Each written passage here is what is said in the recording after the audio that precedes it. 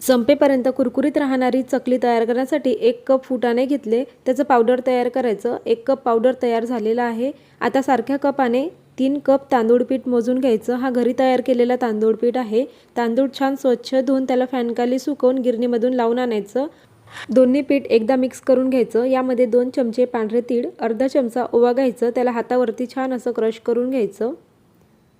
अर्धा चमचा धने पावडर घ्यायचं आणि अर्धा चमचा जिरे पावडर घ्यायचं आहे। 1 ते 1.5 चमचा लाल तिखट वापरायचं आणि थोडीशी हळद वापरायची आहे आणि चवीनुसार मीठ घालायचं आणि हे सर्व व्यवस्थित एकदा एकजीव करून घ्यायचं आहे। आता यामध्ये गरम तेल वापरायचं। तर मी इथे 4 चमचे तेल छान असं गरम करून घेतलं। आता हे व्यवस्थित चमच्याच्या सहाय्याने एकजीव करायचं आणि हाताच्या सहाय्याने सर्व पिठाला तेल लागलं जाईल अशा पद्धतीने चोळून घ्यायचं। आता यामध्ये 3 कप तांदळाच्या पिठासाठी 3 कप गरम पाणी घेतलेलं आहे। आता गरम पाणी थोडं थोडं घालून छान असं पीठ मळून घ्यायचं। थोडं थंड झालं की हाताने व्यवस्थित चुरून घ्यायचं आहे। आता अशा पद्धतीने तयार पिठाचा गोळा तयार करायचा आणि साच्यामध्ये टाकायचं आहे। साच्यामध्ये छान असं दाबून पीठ भरायचं, म्हणजेच हवा राहणार नाही त्यामध्ये आणि चकली तुटणार नाही अशा पद्धतीने। आता चकल्या छान असं काटेरी चकल्या वळून घ्यायच्या आहेत कागदावरती।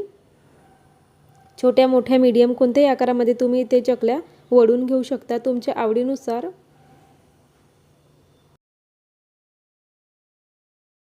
तर अशाच पद्धतीने मीडियम आकाराच्या चकल्या मी इथे तयार करून घेतल्या। आता गॅसवरती तेल गरम करण्यासाठी ठेवायचं। तेल छान असं गरम झालं की त्यामध्ये चकल्या सोडायच्या आहेत। अशा पद्धतीने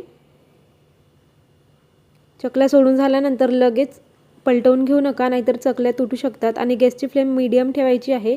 हाय फ्लेमवरती जर चकल्या तळल्या तर त्या बाहेरून डार्क कलर येईल आणि आतमधून कच्च्या राहू शकतात। त्यामुळे सोबतच दुसऱ्या चकल्यासुद्धा मी वळून घेतल्या। आता छान असं गोल्डन कलर आलं, तेलामध्ये बडबुडे कमी झाले तर काढून घ्यायचे आहेत आणि सर्व चकल्या अशाच पद्धतीने फ्राय करून घ्यायच्या। संपेपर्यंत कुरकुरीत राहणाऱ्या चकल्या तयार। व्हिडिओ आवडल्यास लाईक, शेअर, सबस्क्राईब। थँक्यू।